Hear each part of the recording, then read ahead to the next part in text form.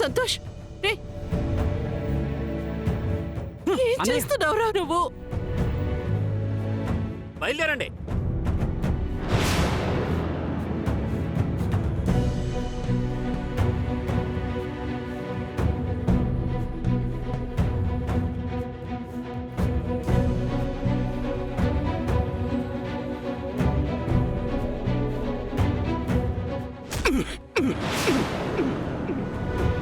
మూడంతస్తుల మేడ కట్టించి దానికి లక్ష్మీ నివాసం అని పేరు పెట్టి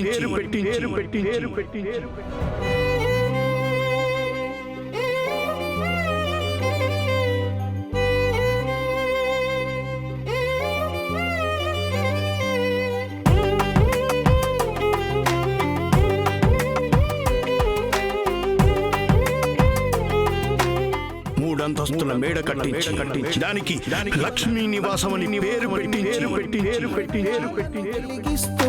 విధి పందెం చిరుకలలను ఈ ఇంటిని గిఫ్ట్ గా ఇస్తున్నా. దైవమా ఎన్నాళ్ళి నీ వింత పంతం వెలిగించవా ఈ మమతల ఘోరంత దీపం.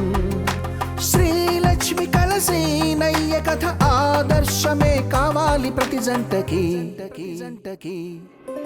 ఈ బంధం హనుమయ్యే కలిపిన కమ్మని రమణీయం. ఆ జానకి రాముల జంటకు ప్రతిరూపం. ఏంట్రా ఇది?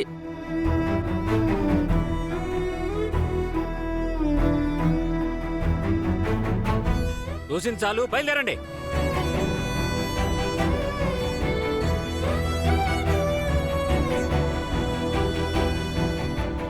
అత్తయ్య, ఏంటిది?